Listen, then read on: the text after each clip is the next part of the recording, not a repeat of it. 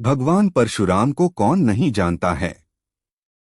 उन्हें जगत के पालनहार भगवान विष्णु का छठा अवतार माना जाता है।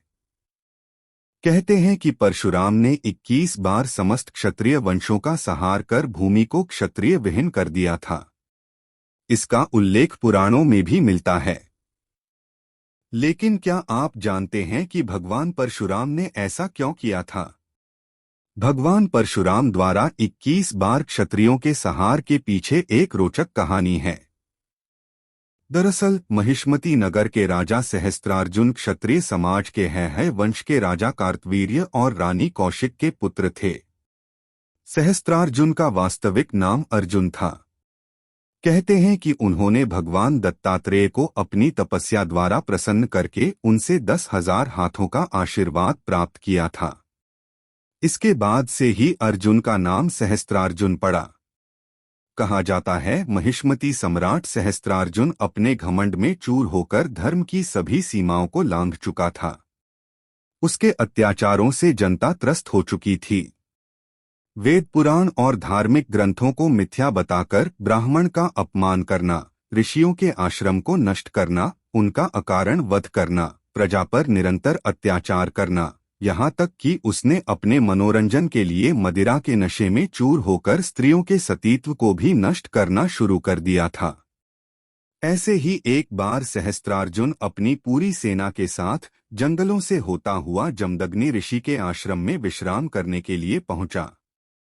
महर्षि जमदग्नि ने भी सहस्त्रार्जुन को अपने आश्रम का मेहमान समझकर खूब स्वागत सत्कार किया।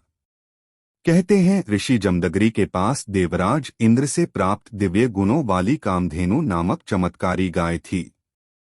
जमदग्नि ऋषि ने कामधेनु गाय के मदद से देखते ही देखते कुछ ही पलों में सहस्त्रार्जुन की पूरी सेना के लिए भोजन का प्रबंध कर दिया। कामधेनु गाय की ऐसी अद्भुत शक्तियों को देखकर सहस्त्रार्जुन के मन में उसे पाने की इच्छा जाग उठी। उसने ऋषि जमदग्नि से कामधेनु को मांगा, लेकिन उन्होंने ये कहकर उसे देने से इनकार कर दिया कि यह गाय ही उनके जीवन के भरण पोषण का एकमात्र जरिया है। लेकिन सहस्त्रार्जुन कहाँ मानने वाला था। सहस्त्रार्जुन ने क्रोध में आकर ऋषि जमदग्नि के आश्रम को उजाड़ दिया और कामधेनु गाय को अपने साथ ले जाने लगा। लेकिन तभी कामधेनु सहस्त्रार्जुन के हाथों से छूटकर स्वर्ग की ओर चली गई। इसके बाद जब भगवान परशुराम अपने आश्रम पहुंचे तो अपने आश्रम को तहस-नहस देखकर और अपने माता पिता के अपमान की बातें सुनकर क्रोध में आ गए और उन्होंने उसी वक्त सहस्त्रार्जुन और उसकी सेना का नाश करने का संकल्प लिया।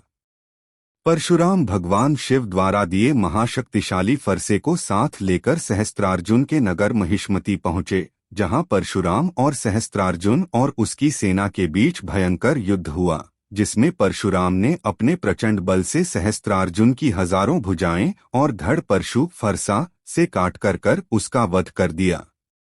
सहस्त्रार्जुन के वध के बाद परशुराम अपने पिता ऋषि जमदग्नि के आदेशानुसार प्रायश्चित करने के लिए तीर्थ यात्रा पर चले गए। लेकिन तभी मौका पाकर सहस्त्रार्जुन के पुत्रों ने अपने सहयोगी क्षत्रियों की मदद से तपस्यारत ऋषि जमदग्नि का उनके ही आश्रम में सिर काटकर उनका वध कर दिया।